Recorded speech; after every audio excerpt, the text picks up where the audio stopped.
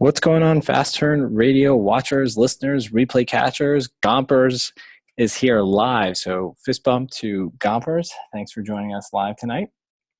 So tonight we are going to actually discuss, recap a few things we've talked about over the last couple of weeks since I've been filling in for Dwayne. I want to thank everybody who is here live and in person, taking the time out of your night. And if you're catching this later, thanks for listening as well. So as you know, Dwayne is taking the summer off vacation, and we are having the show go on without him. So the first week we talked about a lot about long-term storage fees. And then last week we had Stephen Peterson on. And a couple of things he brought up were very interesting. One of the things, his takeaways from all his interviews that he does on his e-commerce momentum podcast was learning what you don't want to be doing. So one of the things that, his big takeaway from interviewing over 100 different sellers is just, you kind of get to refine your business to learn what you don't want to be doing. Then he talked about networking with people and building the relationships. And that was something that I had kind of touched on a little bit. And that was something that I wanted to get a little bit more into this week and talk about, not spend the whole segment on, but just a few minutes on something. One of the better ways to network is obviously in person, but sometimes that comes at a very steep cost, whether it's the air flight or the conference cost or all different things, hotels, things like that. So the other way that a lot of people network and people have like these micro groups or masterminds or what have you is getting to know people in the actual Facebook group. And one of the ways is obviously there are free groups and then there are paid groups. And I don't want to go into, promoting this group over that group. Obviously, I have a free group. I have a paid group. And there's lots of different groups out there. But the big thing about the groups, I have to say even more so in the paid groups, is the ability to kind of get to know people and get to know what works for them in their businesses. And that's really where you're going to start to connect with some people. And you're going to see that this person tends to run their business in a similar fashion as you do.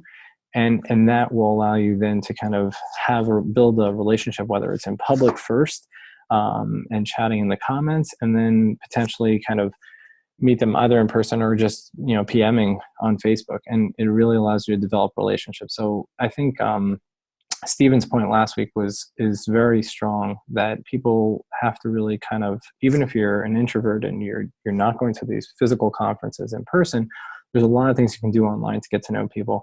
And a lot of these paid groups, which we can discuss in greater detail and go into some of them and list some of them, really bring value to you. You get to see different people's styles, whether it's RA, whether it's OA, it's wholesale. It doesn't really matter. And again, it doesn't matter what it's category, it's shoes and clothing, whether it's health and personal care, toys, whatever it is.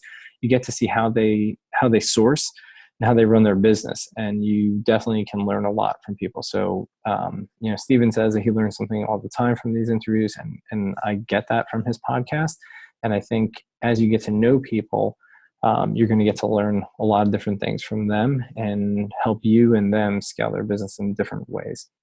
But going back to the first week, long-term storage, I wanted to kind of touch on something that was interesting, and that's going to tie right into our guest for tonight, which is Sam Cohen. And one of the things that's coming up next week, if you don't know yet, is July 12th. Amazon is having their second annual Prime Day. So last year on July 15th, they had their first Prime Day ever, and then this year on July 12th.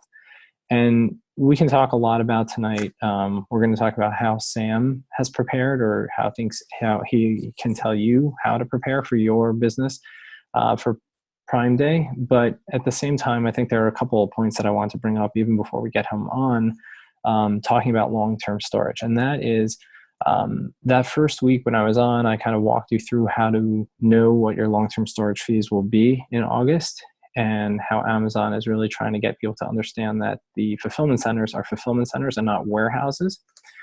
And, since that time, so it's been about I started the exercise about 4 weeks ago where I wanted to trim my long-term storage fees. So I had a pretty big number through the 6-month and the 12-month fees.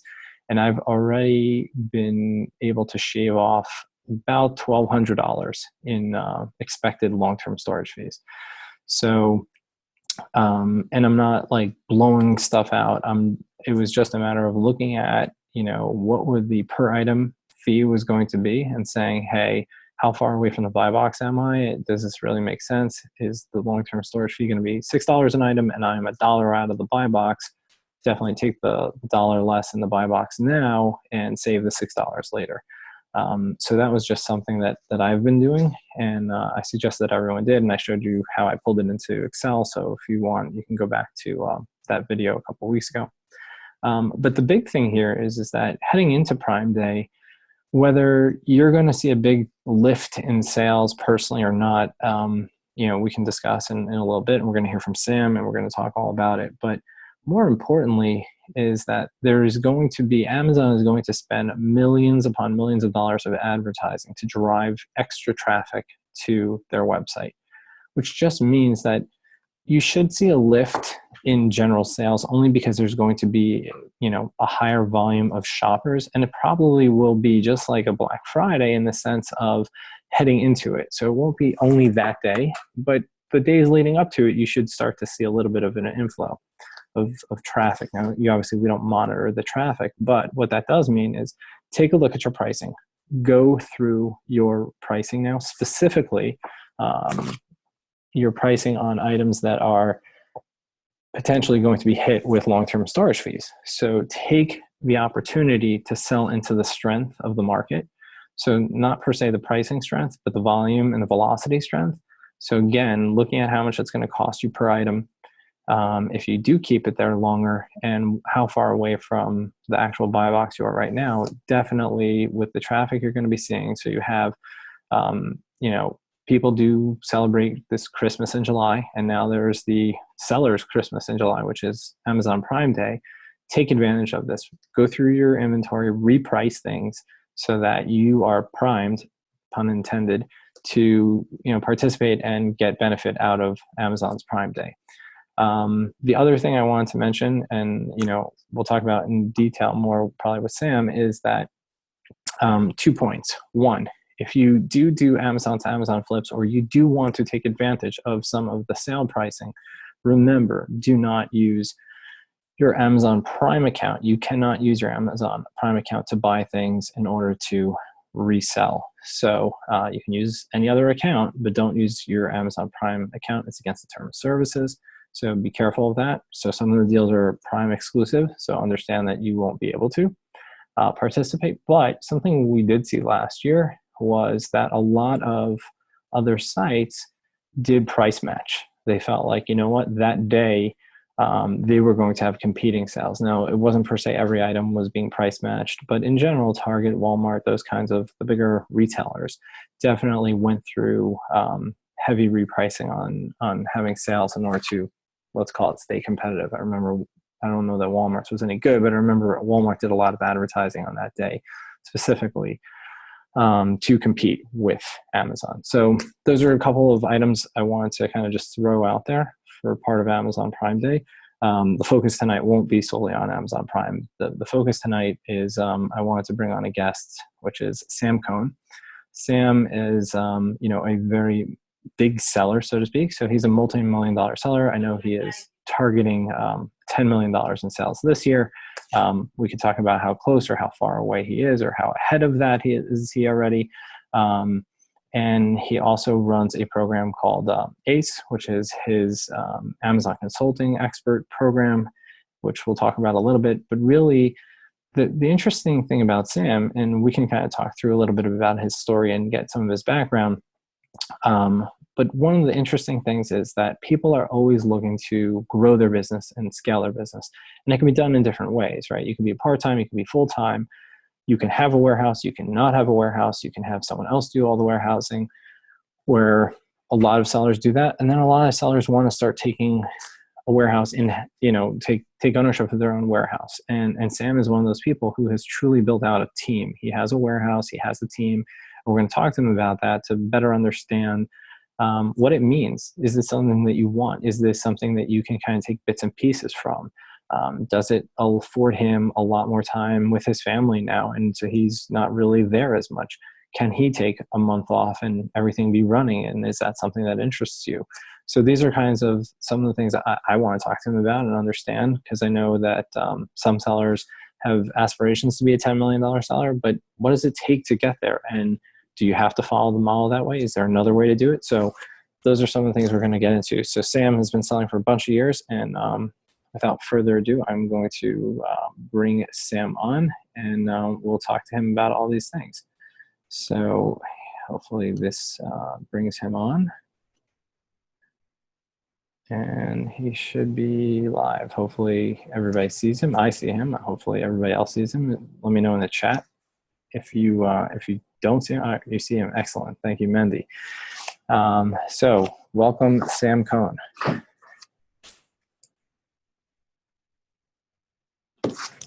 I don't hear you, Sam. I think I unmuted you, but let me double check. You are unmuted. So let's. Oh, there you go. I hear you now. Can you hear me now? I do. Okay, sorry. No problem. Scrapped out the audio. Thank you for having me. I love Dwayne's show. I listen to it all the time. I appreciate you filling in for him. It's amazing that Dwayne, who's one of the greatest people I know, he's not the biggest seller in the world, but he knows how to live his life. And, if he says, I want to take the summer off, God bless him. I love that that we have that ability to do that. It's the greatest business in the world, and we absolutely love it. Okay, so Sam, your audio tends to cut in and out, so I don't know if you're using your computer mic or if you have another mic somewhere. I'm using the computer mic. My Yeti mic is in the office. Yeah. All right, so I hear you most of the time, but I definitely know that it's cutting in and out on occasion. So we'll roll with it, and if we have any issues, we'll make you put some headsets on or something. Is that better? It started is that, and then better was very faded. Okay. Playing around with the audio. All right, that's a little bit better. Okay. All right, so why don't you first, I know a lot of people on the show who listen to the show and who are on the show know you, and some know you well, some don't know you that well. Why don't you just kind of give us background from a perspective of how long have you been selling on Amazon? So I opened my Amazon seller account in March of 2011, and I transitioned to 100% FBA in October of 2011. We started with one Amazon account, and we were selling DVDs. Then we migrated to toys and other categories over time. We eventually got a permission to open a second account from Amazon. And so now we have two Amazon accounts. Both are very healthy. Both are doing very well. We are anticipating doing $20 million this year in sales. We did about $10 million last year, a little bit more between the two accounts, and we're looking to hopefully double that this year. Wow. Okay. So I misspoke in the intro, so I apologize about that. I knew the $10 million was out there, but I didn't realize that it was last year was hit already. So $20 million this year. I know there are a lot of people who are chasing certain numbers and stuff like that. So I have no doubt, based on what I've seen, that you were probably on target, if not ahead of target, with your plan. It's very hard to double when you're this size. If you look at Walmart, they're growing at 3% a year. If you're looking at anyone outside of Amazon, the bigger you get, the harder it is to grow at the same rate. Obviously, you need a lot of processing and logistics and software and quality people and obviously capital. And you need to do things on a much bigger level. So it's going to be a challenge, but we're going to give it everything we got to get there. Okay, so let's talk about that for a little bit. I think for people who are listening to this, and you do $100,000 a year, yeah, it's pretty easy to double to 200,000. You even do 250. It's easy to do 500 to a million. So you hit $10 million, right? And now you're like, hey, we want to double again. Did that mean that you had to completely change or expand the categories, or was it a matter of just pumping more volume through the machine, so to speak? So it's a combination of things. I spend a lot of time now working on the business rather than in the business. I know you hear that cliche a lot, but it's true. And I look for other ways to grow the business, whether it be different projects that we're working on. We just opened a brick and mortar retail store, and now we're able to get wholesale accounts with a lot of companies that didn't want to sell to us previously. We're custom developing our own software, working with people like Michael Flanagan and Nate McAllister and some other very smart people. We're going to be custom developing our own software, which we're going to share with our clients. And we're doing a lot of outside the box things. We're buying discount gift cards in very large quantities. So when the market price is, let's say, 14% at TJ Maxx, we were able to get it for ourselves and our clients last week at 24%. So that extra 10% is going to make a huge difference to our bottom line. I'm blessed that right now we have a lot of high quality people running our Amazon businesses, and that's allowed me and Jay and Irene and Ike to focus on ACE. That's my passion project. That's my baby. It's Amazon Consulting Experts, where we're basically teaching sellers how to make more money selling on Amazon. And to take a quote from Jeff Bezos, if you're selling on Amazon and you're not part of ACE, that's irresponsible behavior. What he said about being a member of Prime or not being a member of Prime, he wants to make it such an incredible value that it would be irresponsible not to be a Prime member. And I feel the same way about ACE. Okay, so let's back up there before we get into the ACE component on your business, right? So I think it's an important thing for people who may or may not have heard exactly what you were saying there. So one of the things Sam just said was, taking discounted gift cards. So he's saying, let's say if you go to a Raise or a card pool or a card cash type of site, and TJ Maxx is offering right now let's say 14% discount on the gift card. Sam, due to his buying power, both for he and his ACE clients, is able to last week get them for 24% off. So the 10 points there. So first and foremost, I think whether you do 10 million or you do 20 million this year, something that may be lost on some people is when you pick up 10 points of margin just like that, it doesn't matter if you're doing 1 million, 10 million, or 20 million, your profits are going to be bigger when you're able to squeeze 10 free points out of your margin. So whether Sam hits 20 this year, he does 10, he's looking to expand his profitability, which is something that whether you're doing $100,000 or even $10,000 is something you should always be looking to do. So I think that's an important point that people should take note of. The second thing is that he's basically said, early on, the cliche, he's working on his business, not in his business. I think that's really important. And it's something that I've always tried to drive home to people, that you want to be able to understand that you didn't just create a hobby that makes money or basically create a new job for yourself. Because if you want to walk away like Dwayne did from the summer for the show, it's something that the business affords you, but will it keep going?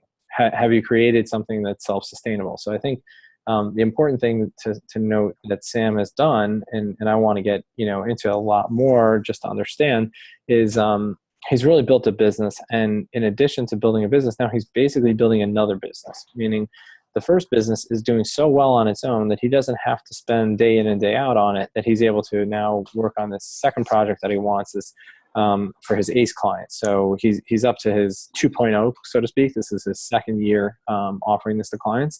And at the same time, he's surrounding himself with a team that's able to kind of manage it on its own, which are really important things to have some sort of sustaining business.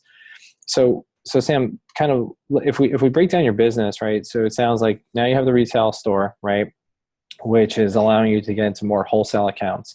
What would you say today, and what would you say target year end? Forget dollars. Just what do you think percentage wise of your business is right now wholesale, and ideally, if we were to project the year end or a year from now, whichever one you want, what percentage of your business would be made up of wholesale? So right now, I would have to say between retail arbitrage, online arbitrage, Amazon flips, that's probably about 60 to 80% of our business. Okay. Balance being wholesale. And we do a lot of wholesale in toys and DVDs, which are our bread and butter categories. But as we migrate over to clothing and shoes and other categories that are either gated or competition, we're finding that we're going to have a huge advantage in buying wholesale. And from wholesale, we'll be able to buy directly from the manufacturers, closeouts, and liquidations. Okay, so for anyone who didn't hear, both live or if you're listening later, because Sam cut in and out a little bit for me, he mentioned that, right now roughly 60 to 80% of his business is made up of OARA and Amazon to Amazon flips. So let's call that non-wholesale business, right? So 60 to 80%, and the remainder 20 to 40% is coming from the wholesale. The point he made then was that if as he grows into shoes and clothing more, which he's done a lot of this year, and I know that personally for one major reason is that I do a lot of shoes and clothing as well, is that he is now going to be able to buy wholesale as well as manufacturer direct, coupled with, and this is a big point that I think is lost on a lot of people, when you get into manufacturer direct in those two lines, clothing and shoes, you begin to get the closeouts directly from them. So whereas when Walmart has 5,000 units of closeout of a toy, they first try and blow a whole slew of it out the front door, and then out the back door, they sell it to liquidators who try and sell it to Amazon sellers, or liquidators now are trying to get on Amazon themselves or whatever it is. Whereas using Nike, but not Nike, but somebody, a brand like a Nike, who now has excess inventory, they don't like dump it into the retail stores and then hope that the retail stores try and figure out how to get rid of it. They kind of control the flow of a lot of their product for many different reasons. And so a lot of times when you buy wholesale direct from the manufacturers in these categories, they actually are able to offer their buyers, i.e. someone like Sam, closeout purchases on a lot of their stuff. So I think that's a huge thing. I mean, Mendy is in the chat talking about that he bought bathing suits from Big Brand Direct for 90% off wholesale, because at the end of the day, when they're done with their season, yes, the retailers need to unload the stuff, but the manufacturers want to move it out in a faster manner because they don't want it floating out in the stores. They have a different brand protection model than a lot of the typical Hasbro, Mattel kind of toy manufacturers. So that's really good, a really good piece of information for someone who is thinking, hey, how do I get that kind of things? This is something that Sam is growing into. And I think one of the big things that, Sam mentioned is capital. He has access, as you grow in your sales, you're obviously going to be generating more cash flow, hopefully. And with that cash flow, you're going to have the opportunity to do different things with it, one of which is buying manufacturer direct or manufacturer direct closeout. So I think that's really cool. So Sam, if that grows, you'd say, like, I think what a target, a great number would be, let's say 50% of your business would be something like that? To achieve 50% by year end. 50% year end. Okay. Yeah. So I'm again having a little bit of a hard time hearing you, so I apologize.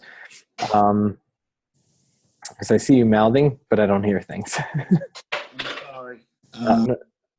Oh, there you are. That's better. Can you hear me now? Yeah. Yeah, so we hope to be at 50% by year end. Cool. And so when you're thinking about your business, or someone's saying, "Hey, I want to get to Sam's size," what, I guess, like, what was there had to be some sort of tipping point, right? That you were like hanging out, say like 1 to 5 million. Like, what catapulted you? What did you do differently? What were the things that you were like, these 5 things were game changers. They allowed me to double from 5 to 10, or even try and get from 10 to 20. So one of the biggest things was being able to trust other people. We got to a point where I was the bottleneck in our business, and every FBA shipment had to be created by me. And I had mountains and mountains of DVDs that I had to process to Amazon. And because we were selling, let's say, Harry Potter, and there was 7 different movies, and there was full screen and widescreen and Blu-ray and limited edition and collector's edition, and there were multiple ASINs tied to one UPC, and with different sales ranks. I was the only one that I trusted to make shipments, and it got to a point where the whole company was waiting for me, and I finally trusted my people and trained my people how to create FBA shipments. And it was a lot more complicated with DVDs than it is now. And I think outsourcing and delegating, doing, everything I did, I thought, how do I do this? How do I automate this? How do I scale this? How do I outsource this? How do I delegate this? How do I make it so that it's not dependent on me? And once I did that, it opened up a whole new world. We have a client in Ace. From day one, he listened to everything we told him. He went from doing 20,000 a month to doing 200,000 a month. I'm losing you, Sam. Lost you. Can't hear you. I mean, I see you, but I just don't hear you. You're talking, but I don't hear you. There you go. We had a client who was doing 20,000, and now he's doing 200,000 a month. Are you able to hear me at all? Yeah, sporadically. You have a client who was doing 20,000, now he's doing 200,000. Right. And that's because, when we told him you should get someone to prep your shipments, he did that. When we told him you should get a virtual assistant to handle the back end of your he did that. And now today, he's able to work on his business rather than in his business. And I think that was a big turning point. Well, all right, so we caught most of it. I think Mendy gave you an idea maybe to dial in the audio via a cell phone. That's I've never done that, but I'm sure it does work. But I think, so the point that Sam was making and what I caught from it, hang on, let me see if I could get the number. Michael, if you have the number, that would be great. If you put it in the chat. The thing that Sam was saying was he focused on delegation. He focused on removing himself from being the bottleneck, which I think everybody struggles with in some way, shape, or form as you kind of continue to grow. And I think it's an important thing to understand that, he kind of pointed to a client who was doing 20,000 a month and now is doing 200,000. Thank you, Ruth. So if you're able to leverage up 10 times just based on Sam's techniques of just saying, okay, this is when you should be, this is when you should be creating a shipment. This is, go hire a VA. This is how you train the VA. All these different things. He was able to leverage it, teach his client to leverage himself basically 10 times himself. Then there's, tremendous capabilities in being able to just delegate. So once Sam dialed back in here, then I think that's Sam, the Samsung SM phone. I think it's going to be him. So, can you hear me now? Yes, I can. Okay. I feel like I'm on a Verizon commercial here. All right, so I apologize about everybody. My high-tech equipment and my high-tech staff is in the office, and I'm in my home office, which is nothing but a laptop and a chair. So okay, I apologize. No, we're happy to have you back. So I'm glad that everybody can hear you now. So I kind of recapped. You want to start over? Are you? No, I think I hopefully I filled in the gaps correctly, and I think it was important for me to ask the next question. So I'm glad you got on. So you said that you were able to basically delegate to people. You train them to do things that you wanted them to do. Whether we didn't talk about what those specific tasks were yet, and we'll get into that. But the question I had is during that process. So let's say you're at 3 million or 5 million, whatever the number is, right? During the process of, let's call it, onboarding your team and getting them to the place where you are no longer the key bottleneck, did your business take a step backwards from a sale or overall process perspective just during that time? It could have been a month, it could have been 5 months. I don't know how long it took. But I think a lot of people, that's one of the biggest fears people have, is that, oh my goodness, if I do this, my business is going to suffer because all this lost time. Obviously, you're going to get it back on the back end, many multiples. But I think a lot of people have that fear. So I would expect, that one would potentially see a dip in sales or their overall business because they miss buying opportunities, whatever it is, because they're focused elsewhere. Did you experience that at all or not? Or, do you not even remember? It was so minor. Yeah. So we did take a couple of steps back before we took a few steps forward. The drop-off was never more than 20% month over month. And we were doing everything with the long term in mind, kind of like Amazon. We weren't looking for the quick fix. We weren't looking for the fast profits. We were really looking to build up a company and do things the right way. So whether it was teaching people how to create shipments, or teaching people how to process merchandise, or teaching people how to buy, or teaching people how to handle the accounting and the bookkeeping. I think, we're at a good place right now for the last year and a half where we have a tremendous staff, and some of my staff.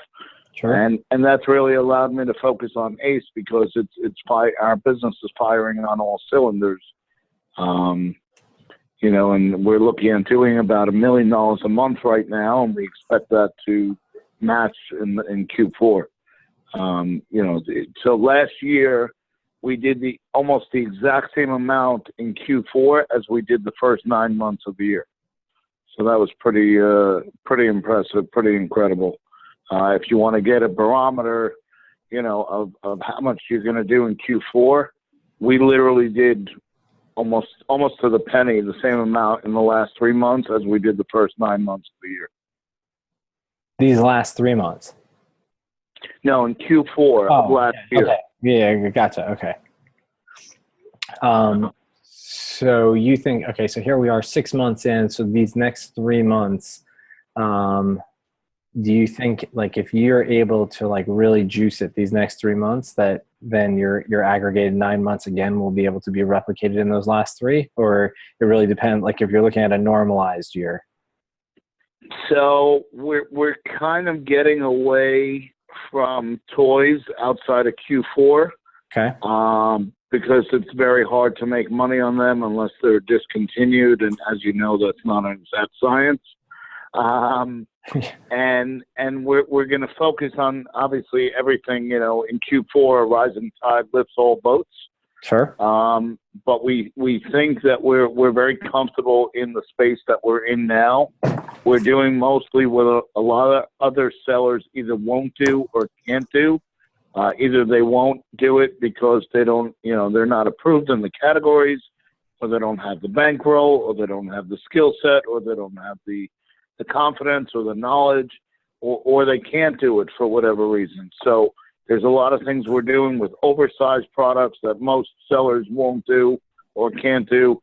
There's a lot of things we're doing with very expensive products that most people won't do or can't do. We sell tons of luggage on Amazon. We sell 3D printers. We sell things that most people either won't do or can't do.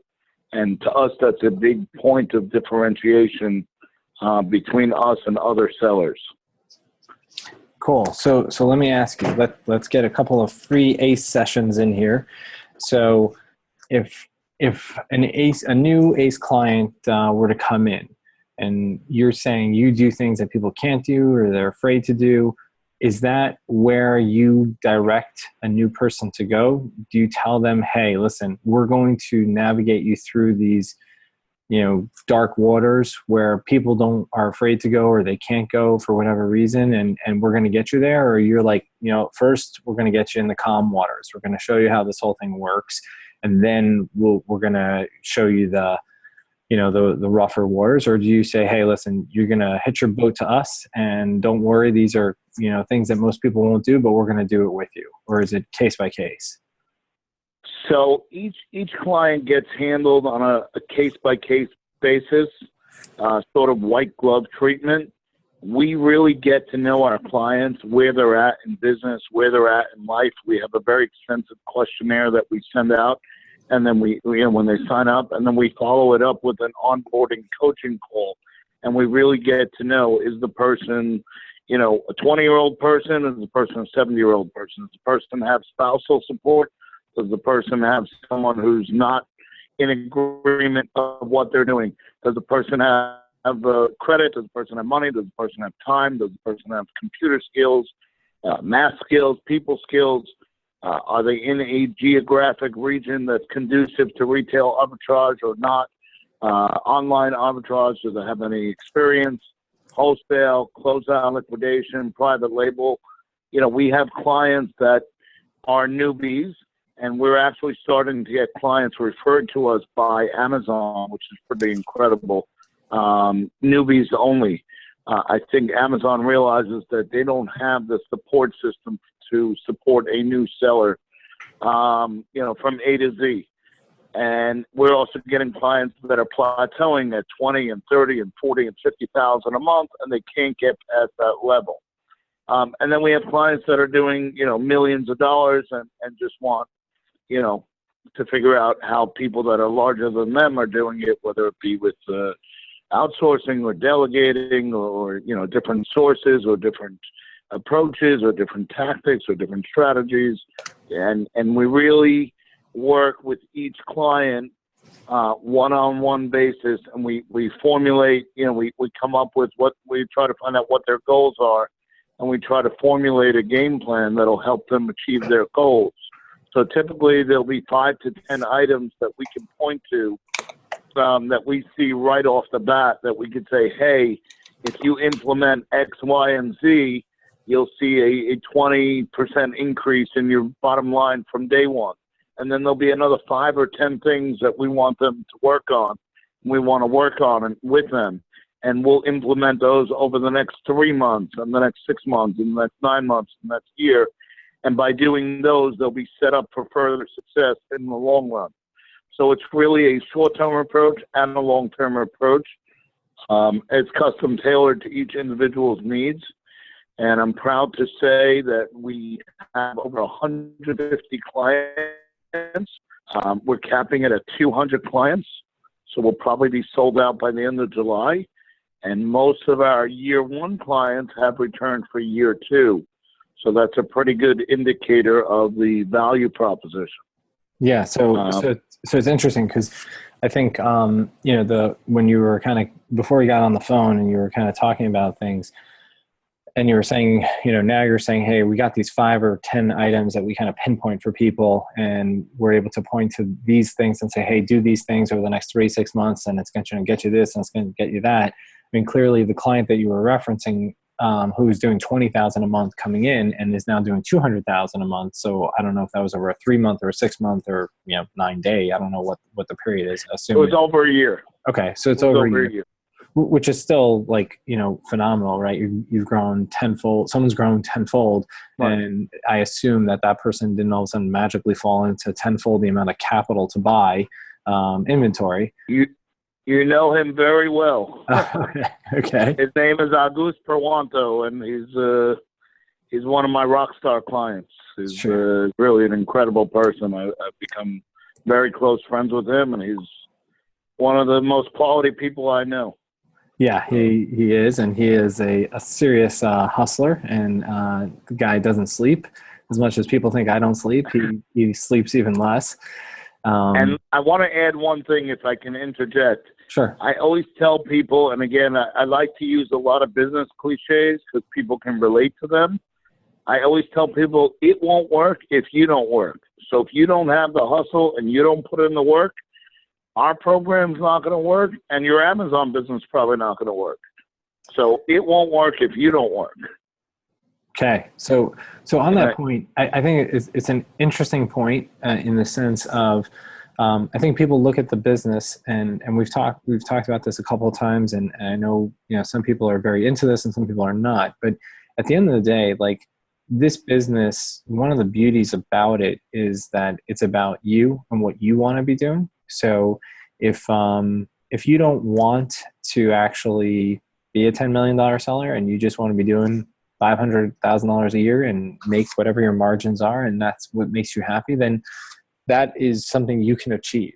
If you want to do 10 million and you want to hustle and you want employees, you can do that too. If you want to do 10 million without any employees, there's probably a way to do that too. I know another client of yours that is doing in the many millions and has no employees. So he outsources everything, which is a model that, I'm more fond of. And if I had $1 for every time I heard someone say, I want to do what Christos is doing and not what you're doing, I'd be retired by now, because nobody wants a warehouse and 20 employees and all the fun stuff that comes with it. So this client of ours, he employs 4 different prep centers, and he'll send me 5 pallets of something, and then I won't hear from him for 3 weeks, and he'll rotate the 4 prep centers each week so that he doesn't, overwhelm any one of them. And he's, managing spreadsheets and manipulating, things, and he's doing all online arbitrage, and he's doing more than, I would say, 99% of all Amazon sellers. And he has a different business model. He buys deep, I buy wide. He has limited time. I have a lot of employees that I can outsource sourcing to. So, we go back and forth, and, he's successful and I'm successful. And, I always say there's a million ways to skin a cat. I just spent a few days up in Boston with Chris Green, and he opened my eyes to 100 different ways to make money on Amazon and outside of Amazon. And it was, time and money well spent, as it always is with Chris Green, because the man has so many ideas that he just comes up with. If you just follow him around and implement 1% of his ideas, you'll be very successful.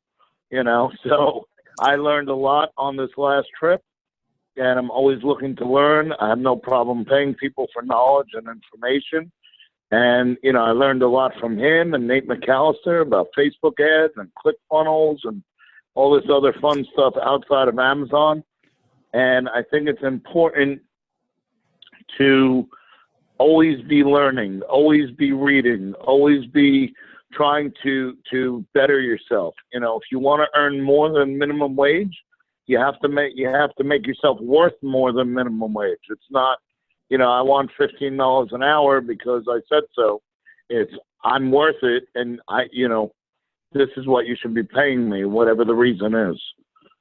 So I think that's no, 100%. Yeah, I think, one of the things that people need to be careful, though, is when they hear 100 ideas, that their brain goes 100 different ways and lack of focus. But I definitely agree with you. I think there's lots of different ways to do things, a lot of different ways to run your business, specifically your Amazon business. There's a lot of different ways to make money on the internet. There's a ton of different things in marketing and things of that nature that are not Amazon related. And, people kind of find what they like, what they don't like. And again, even within Amazon, there are things that people can do that they like and they don't like. Just like, you and Christos, totally different business models, but both of you guys are successful. So that makes a ton of sense.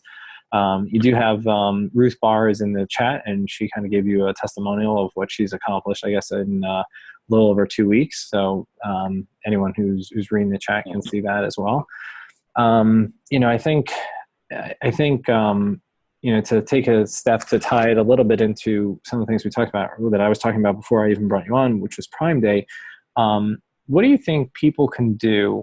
Kind of, again, let's do like almost like a free session for the people listening live or later. A lot of times there's a lot of replay listeners. So obviously a short window here in the sense of July 12th. Today is July 6th. You probably can't land a ton of stuff into the Amazon warehouse if you don't already have ownership of it, or at least have it almost ready to be on its way. But and if you haven't set up, if you weren't asked to do a lightning deal, that doesn't mean that you can't benefit from Amazon Prime Day, because as you mentioned before in Q4, high tides lift all boats. So what would you suggest, to your clients today or everyone listening here? What are some of the, 3 points, maybe 5 points of things that you would suggest to do to get ready for Amazon Prime Day, or things that they can do now to better their business between now and then? So just a brief history. Amazon Prime Day was started last year, July 15th, 2015. It was a celebration of Amazon's 20-year anniversary. This year it's about celebrating Prime members. There's going to be Prime deals that are exclusive for Prime members. They're expecting to have over 100,000 deals. Last year they sold about 398 items per second. This year there's going to be a new deal every 5 minutes. They're engaging a lot more third parties, sellers this year in the deals, lightning deals. A lot of us got, offered to run lightning deals, and that's going to be a tremendous asset. But even if you are not running lightning deals, if you have any inventory on your kitchen table or in your garage or in your warehouse, send it in now. Send it UPS ground. It should get there in time. It should be live in time. Last year we did triple of our normal day sales in July on July 15th. This year Amazon is doing a Prime Day deals countdown, and it's already started. They've already started promoting deals. They're advertising it like crazy. I heard radio ads. I saw TV ads. With tape on the boxes is advertising it. They're really trying to make this an annual event. And like I said, Jeff Bezos says if you're not a Prime member, it's irresponsible behavior, because there's so much value for that $99. Students can get 6 months free trial and then $49 after that. There's Prime Mom for mothers, and there's all sorts of crazy deals. We have unlimited photo storage, video streaming. I mean, Prime is going to be one of the best values that we have, as long as they don't raise the price anymore. So there's a lot of opportunity to buy on Amazon during Prime Day, as long as you're not reselling it on Amazon. You cannot buy with your Prime account for resale. But we have a lot of people that buy on Amazon on Prime Day. They have and they will. And they'll sell it on other marketplaces. So if you're doing Jet or eBay or Newegg or Rakuten or Sears or any of the other ones, Walmart.com, you can literally buy on Amazon if it's the right deal and sell it on other marketplaces. Conversely, all these other websites are going to be trying to attract the same eyeballs that Amazon's trying to attract. So they're going to have price matching, like Aryeh said earlier. They're going to have their own crazy deals. They're going to try to, earn the customer's loyalty on that day as well. And you'll be able to buy those deals and sell them on Amazon. With regards to your inventory, if you have inventory at Amazon, I strongly encourage you to do an inventory health report, inventory age report, know your long-term, know what's coming due for long-term storage fees on August 16th. And it's going to get charged August 15th or 16th. And you need to price your inventory to sell. If you have stuff that's coming due on long-term storage, get aggressive on the pricing. Do some sponsored ads, which will work if you have the buy box. If there's any inventory that you feel is not going to rebound in price, feel free to liquidate that inventory. And these are things you can do that will really reduce your long-term storage fees. They'll increase your cash flow. They'll even help your feedback. And they have a ton of benefits. You'll earn repeat customers.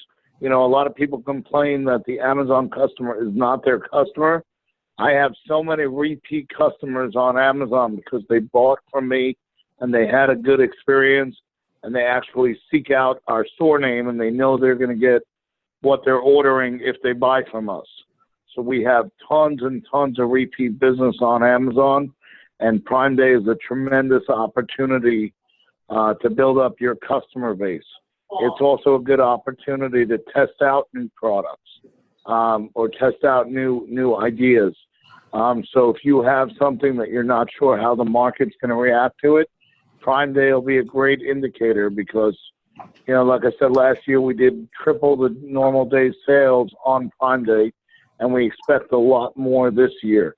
I think Amazon also caught some heat for some of the deals that were on the site last year, that they weren't as sexy and appetizing as the Black Friday and Cyber Monday deals that we've all grown accustomed to. So I think they're coming to the table with a lot more deals this year on a lot better products with a lot better discounts. And I think that's only going to help us as third-party sellers. And this year we expect to do 5 times what we normally do on Prime Day, which is July 12th. Got it. Okay. So a lot there. I'm actually trying to pull up what my it was interesting. I actually think I'm looking at my July last year, and Prime Day for me, I saw a spike, but I actually had better days during the month of July only because in July I had certain days that were better because I know last summer it was July 15th last year, but last July I was selling a lot of like heavy summer things, and was doing really well last July with certain things. So I had a good Prime Day, but there were 2 days. I just looked in my my last year. There were 2 days that I actually did better than Prime Day, but that I was not, let's call it, primed for Prime Day. Whereas this year, a lot of people got invites and invitations and lightning deal requests months ago, or 6 weeks ago, or whatever it was. So there was definitely on Amazon side a lot more preparation going on for that. So it could have been you weren't ready for it. It could have been when your inventory hit the warehouses. It could have been a myriad of things. But I think this year you'll definitely see a direct correlation between Prime Day and at least 2 to 3 to 5 times a normal day sales. I tell people, sharpen your prices, make sure you're competitively priced, and really look at what's coming due in August to long-term storage, because you have a tremendous opportunity here to kill 2 birds with 1 stone by selling things that you're overstocked at SBA. Right. Yeah. No, I totally agree. And I had opened with that earlier today, because I 2 weeks ago, I kind of went through a lot of that in detail, because I think it's completely correlated. Where you're going to see extra velocity on the site, you might as well kind of begin to move the inventory out. So definitely. I also just want to say one more thing with relation to Prime Day. Right after Prime Day, the next big Amazon event is typically back to school season. Yep. So what we found last year is that we already had our back to school stuff at FBA, and there was a huge lift in backpacks and other back to school related products on Prime Day, because in a couple of weeks it's going to be back to school season. So I think a lot of people, while they were on Amazon during Prime Day, took that opportunity to start preparing for back to school.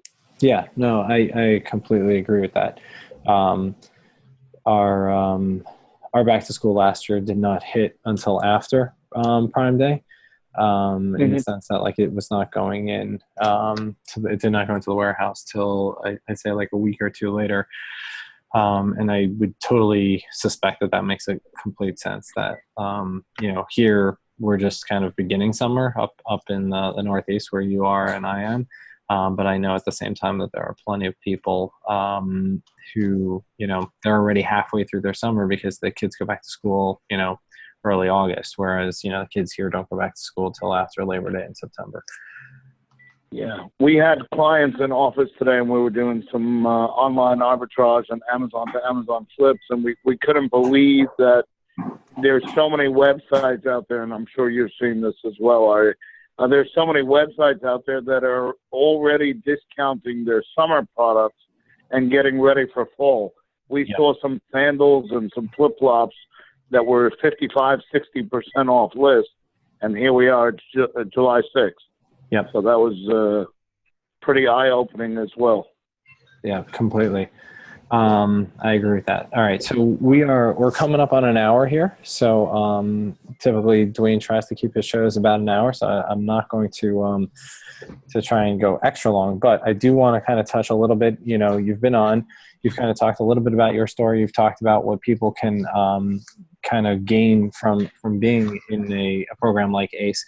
So why don't you tell people if they want to learn more about your ACE program, where they can find you on Facebook, but where would one go if they wanted to apply to see if the ACE program was a good fit for them? Sure. So we have a website. It's AmazonConsultingExperts.com. There's a ridiculously long value proposition that I did. It's well over an hour explaining the value proposition of ACE 2.0. You can get references or testimonials from anyone who's been with us for the past year. And again, there's so much value that we added with regards to all the account management, returns, refunds, reimbursements, shipment reconciliations, stranded inventory, suppressed inventory, unfulfillable inventory, as well as suspension prevention and suspension reinstatement in the event that happens, God forbid. We've gotten everyone reinstated that's gotten suspended unless they did something egregious. We have the discount gift cards at substantial discounts. We share what we buy from retail arbitrage, online arbitrage, Amazon flips. We're doing a lot of higher level stuff this year with regards to wholesale and closeout and liquidations. You'll be able to buy directly through our wholesalers in most cases, and we'll be able to process and ship it. We also opened the ACE Prep Center for clients only.